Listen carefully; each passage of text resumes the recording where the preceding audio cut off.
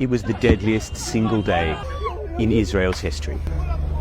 At least 260 people were gunned down at a music festival held in the name of peace, the vast majority of the victims young partygoers, and 700 died across the country.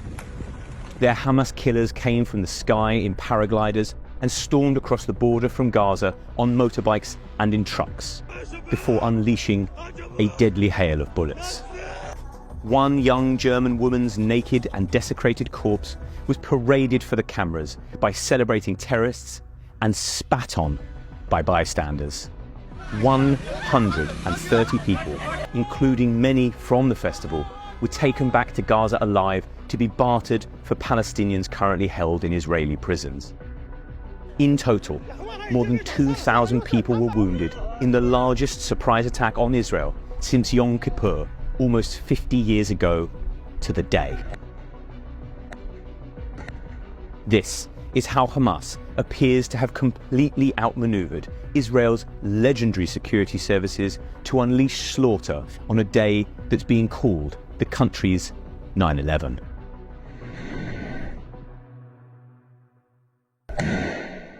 The border between Israel and Gaza is one of the most heavily monitored pieces of land anywhere in the world. And the Israeli armed forces are renowned for their signals interception technology, their advanced air defences, and their dynamic military. But on Saturday, somehow up to 1,000 Islamist fighters, led by Hamas, were able to cut holes in the fence separating Gaza from Israel using explosives and bulldozers and stream through on motorbikes and pickup trucks. The attack appears to have started with drones suppressing lookout and surveillance posts, with video showing bombs raining down on fortified compounds. At the same time, several thousand missiles were fired into the south of Israel in an opening salvo which provided cover for the ground assault. It came on the Jewish holiday of Sukkot, amid allegations that much of the Israeli armed forces were at home or deployed further north, guarding against incursions from the West Bank. Hamas paramotors then streamed across the border, carrying scores of fighters, perhaps evading sophisticated air defences with their small size and slow speed. Islamist fighters then stormed Israeli border posts, killing dozens of troops, many of them taken by surprise in their barracks and gunned down while unarmed. A number of Israeli armoured vehicles were captured, while at least one Merkava tank was destroyed. One Israeli commander was killed and another captured. Hamas terrorists roamed through southern Israel, opening fire on anyone they saw, including elderly people who were killed at a bus stop and civilians shot inside their homes.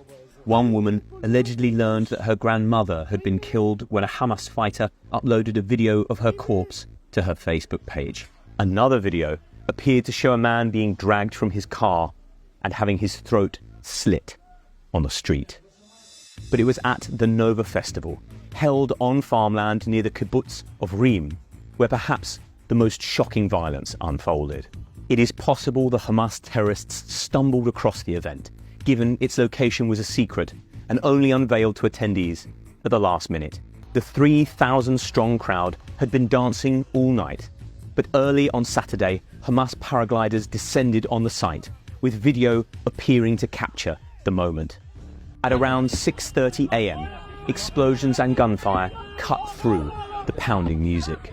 The crowd took cover, but it was not long before jihadists arrived at the site and opened fire. Thousands began to flee, running to their cars or trying to hide in a nearby wooded area. Survivors say the terrorists started to hunt them down, executing them in cold blood.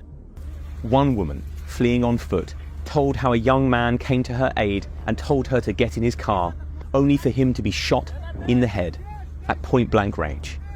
Gunmen strafed a queue of cars as people abandoned their vehicles and ran, only to be cut down in the wide-open terrain. They also reportedly targeted the exits of the festival, and one image shows a tent filled with dozens of bodies. One witness, who spoke to CNN, described it as a shooting range. Another told the BBC how she hid underneath a tree as bullets flew. She remembers thinking, "It's okay, you're going to die." just close your eyes. Perhaps the most shocking story to emerge from the festival is that of Shani Luke, a German tattoo artist who was also killed. Harrowing footage showed her corpse, stripped to its underwear, being sat on by Hamas fighters in the back of a truck driving through Gaza. Dozens more festival attendees are thought to have been taken prisoner.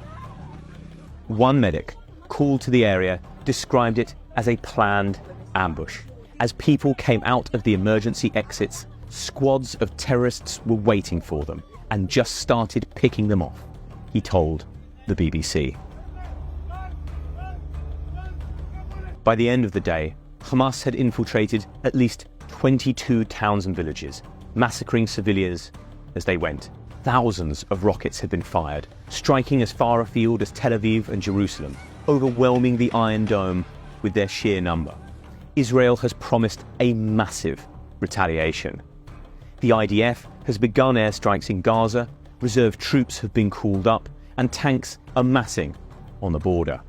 President Benjamin Netanyahu has warned civilians in Gaza to get out while they can, promising to reduce parts of the enclave to rubble. And serious questions are being asked about how Israel's intelligence services, renowned as some of the world's best, could have failed to see the attack coming. The current conflict has its roots all the way back in the First World War. The British, hoping to secure support for their fight against the Turkish, agreed to facilitate, in their words, the establishment in Palestine of a national home for the Jewish people. There was some Jewish migration to the region around this time, but it was not until the end of the Second World War that the idea really caught traction in the wake of the Holocaust. In 1947, the UN adopted a resolution partitioning what was then the British Mandate of Palestine into two states, one Jewish, one Arab. The Jewish agreed to the partition. The Arabs and neighbouring Arab states did not, sparking the First War. That ended in 1949 with an Israeli victory, expanding their territory beyond the agreed borders and displacing some 750,000 Palestinians who fled into Jordan, Lebanon, Gaza, and the West Bank. Multiple wars and two intifadas later, Gaza is under blockade, the West Bank is behind a wall, and a peace process aimed at finding a two-state solution is all but dead. Those Palestinians, unfortunate enough to be unable to relocate, live in poverty in increasingly small parcels of land on the West Bank and Gaza, encroached upon by Israeli settlers. The Islamist Hamas organization, which has links with Iran, took control of the Gaza Strip in 2007 after a brief war with Fatah. Outside of the West Bank, Gaza and Lebanon, many Arab states, the traditional allies of the Palestinians, are now normalizing relations with Israel under the Abraham Accords. The UAE and Bahrain did so in 2020, while US brokered talks were thought to be going on with Saudi Arabia. One of the most likely motives for Hamas's deadly attack is to stop these talks, betting that Riyadh would find it impossible to do a deal while a war was ongoing.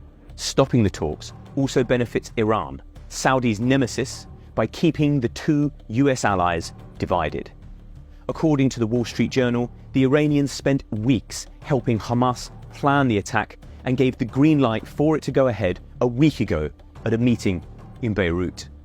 Israel has vowed to respond with all its military might and has already begun launching deadly airstrikes into Gaza. A far bloodier ground invasion to wipe out Hamas seems to be looming.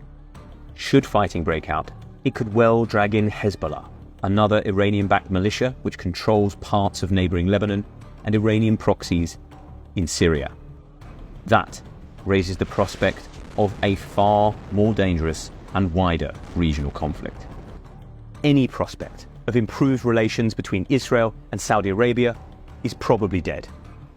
Netanyahu has told his people to brace for a long period of war.